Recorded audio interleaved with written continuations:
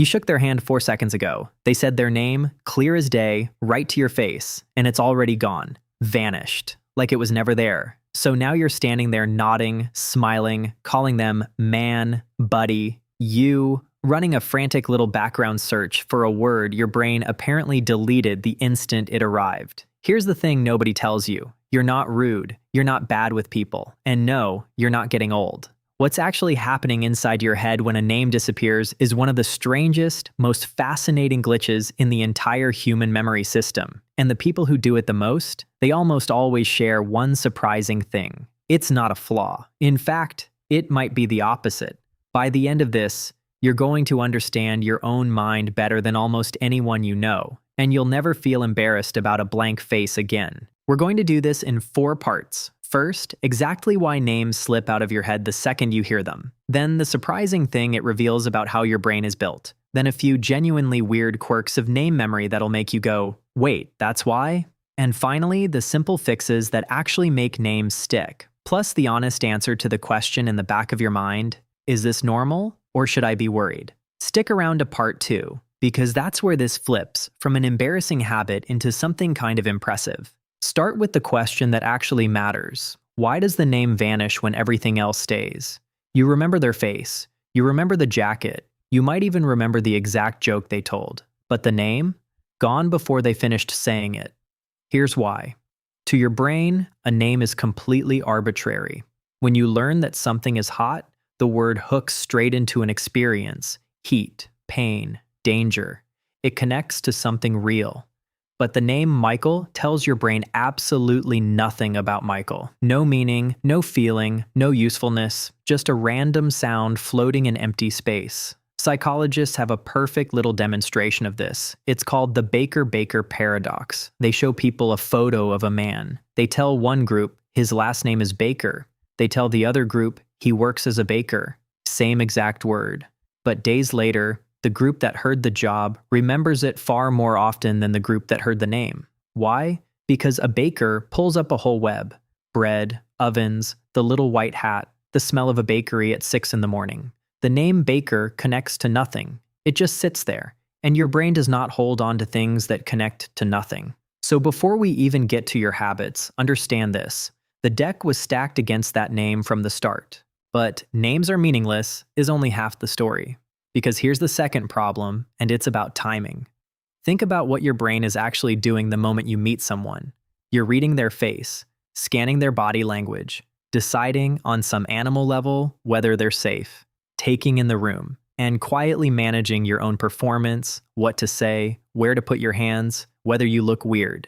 That is a staggering amount of processing happening all at once. And buried in the middle of all that noise is a name, said one time, quickly, with zero emotional weight. Your brain wasn't being lazy, it was drowning. There's even a name for the worst part of this. Psychologists call it the next in line effect. When you're about to introduce yourself, your brain locks onto your own upcoming turn, your name, your handshake, not embarrassing yourself, so intensely that it barely processes the words coming at you in that exact moment. You heard their name. You just weren't listening, you were rehearsing you. The information arrived during the 1 3-second window when nobody was home. And that window matters more than you'd think.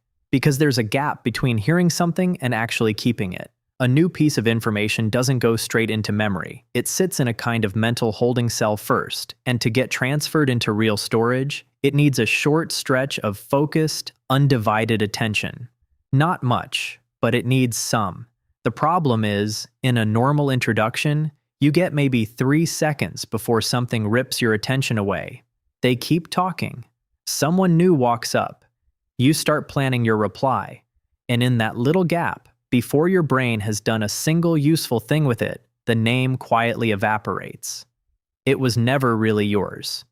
It passed through your ears and right out the other side while you were busy living the rest of the moment. Now here's the cruel part. The moment you realize the name is gone, a tiny alarm goes off, a low-level panic, and suddenly your brain is trying to do 2 things at once: hold a conversation and frantically dig for a word you never properly saved. And the harder you reach, the further it runs. You can feel it, it's right there, on the tip of your tongue, the first letter almost forming, and it will not come. That's a real, studied phenomenon. the tip of the tongue state. And here's the fascinating twist researchers found. Often the reason you can't get the right name is that a wrong one has jammed the door. You're sure it starts with a J, you keep landing on John, and John is now physically blocking the real name, Jonathan, from surfacing. Researchers literally call those wrong, sticky guesses the ugly sisters. The name isn't erased, it's blocked. And the thing standing between you and the word you need is your own panic, plus an imposter your brain won't let go of. Okay, part 2. The thing I promised you. The surprising trait that people who forget names tend to share. Their brains are wired for meaning instead of labels. Their memory runs on connection, stories, faces, emotions, ideas, patterns. Ask them what you said that made them laugh, how a room felt, the point you were quietly making 3 conversations ago, and they've got it, in high definition. Because all of those things link into a web. They hook onto other things. But a name is an island. No bridge in, no bridge out. And a brain built for connection is genuinely bad at storing islands. This is exactly why writers, artists, big-picture thinkers, and the deeply curious are so often the worst with names. Their minds are built for narrative, not for nomenclature. You didn't fail to remember that person. Your brain was too busy actually experiencing them, their face, their energy, the way they told that story, to stop and file a sound. That's not a broken memory. That's a memory that prioritizes what's real over what's random. So if you've quietly believed for years that forgetting names means you're self-absorbed, it's very often the exact opposite. And there's a physical reason behind I never forget a face, but I'm hopeless with names. It's not a figure of speech. It's literally true, because faces and names are handled by 2 completely different systems in your brain. Your brain has an entire region dedicated almost exclusively to recognizing faces. It is astonishingly good at it. You can recognize someone you met once, years ago, across a parking lot in bad lighting. That's specialized, high-priority hardware, because for most of human history, recognizing a face, friend, or threat was a matter of survival. Names got no such gift. A name is just an arbitrary label with no dedicated system at all, retrieved through a slow, fragile chain of connections. So the face lights up instantly. I know that person. While the name is still buried at the end of a long, weak thread your brain has to carefully pull on. That gap, the instant face, the missing name, isn't your failure. It's the architecture you were born with. Here's a slightly uncomfortable one, but stay with me, because it's useful. Your brain is constantly, silently deciding which names are worth the effort, and it does it based on relevance, not politeness. Walk into a party and meet 10 people in a row. You'll almost certainly hang on to the name of the person you found attractive, or the one who might give you a job, or the one who lit up a part of your brain that said, "This one matters to me." The others? Filed under probably won't need it. It feels rude when you put it that way, but it isn't a moral choice. It's an ancient energy-saving system deciding where to spend limited attention, which means forgetting a name sometimes just reveals where your focus was in that moment, not how good a person you are. And the flip side is the actual hack, and we'll come back to it.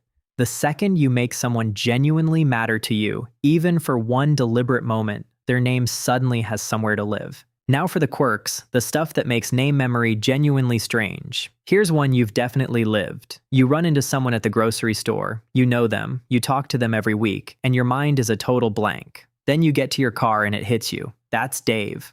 From work. Dave. This is called context-dependent memory, and it's one of the most reliable effects in all of psychology. Your memories don't get filed on their own. They get filed with the entire scene around them. The place, the smells, the lighting, the people nearby. Dave's name was stored bolted to the office, the fluorescent lights, the coffee machine. Yank Dave out of that context and drop him into a grocery aisle, and your brain loses half the cues it normally uses to find him. He's the same person. The folder just isn't where your brain looks. Psychologists even have a nickname for this exact moment: the butcher on the bus. You recognize the butcher, you know him. But stripped of his apron and his shop, you've got nothing. But if names are so fragile, explain this. There are names you will carry to your grave, whether you like it or not. The kid with the absurd, unforgettable name from 3rd grade. The coworker who shares a name with a celebrity. The person whose name was attached to something shocking, funny, or mortifying. That's the distinctiveness effect, and it's the exception that proves the whole rule. When a name stands out, when it's weird, vivid, funny, or wired to a strong emotion, your brain gives it a hook, and suddenly it sticks like glue. A plain name in a plain moment has nothing to grab. A strange name, or a name welded to a feeling, has a built-in bridge, which is a massive clue about how to remember the normal ones. Because if your brain only keeps the names that stand out, you can learn to make ordinary names stand out on purpose. Hold that thought. Let's deal with the worry underneath all of this, because somebody watching is quietly wondering it. If I forget names this much, is something wrong with me? Is this early dementia? Here's the honest answer. For the overwhelming majority of people, no.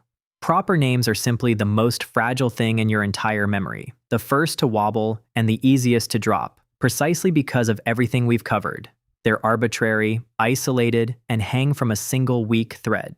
That's also why names are one of the very first things to get harder as people age, completely normally, long before anything is actually wrong. Blanking on a name and then remembering it a minute later is your memory working exactly as designed. The thing that's genuinely worth paying attention to isn't forgetting a name. It's forgetting the concept, struggling to follow a conversation, or forgetting how to do familiar things. Forgetting what something is called is normal.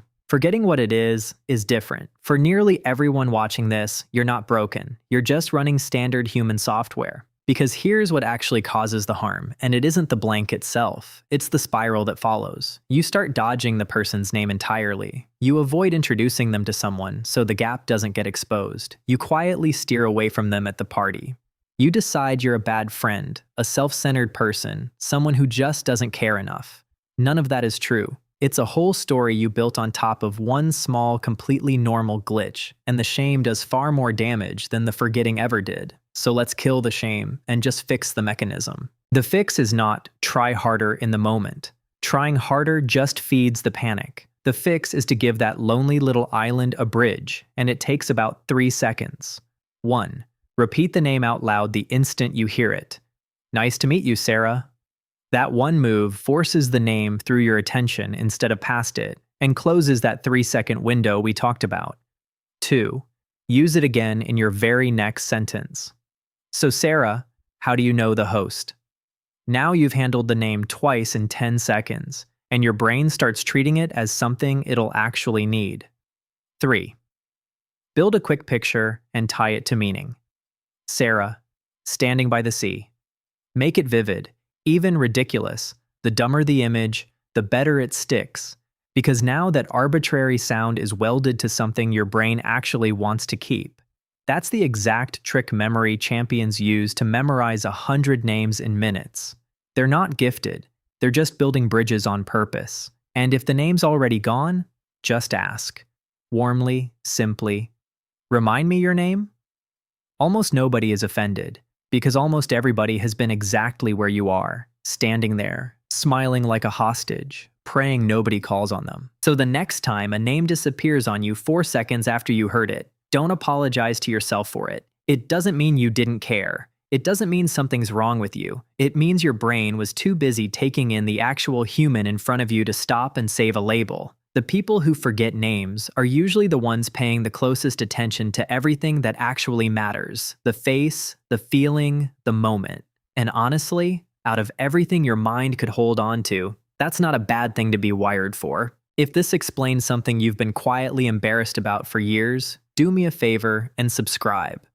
There's someone out there right now, smiling like a hostage, who needs to hear this just as much as you did. I break down the quiet stuff running underneath everyday life, the things you feel but never get explained. So stick around and tell me in the comments, what's your go-to move when you completely blank on someone's name? I'll see you in the next one.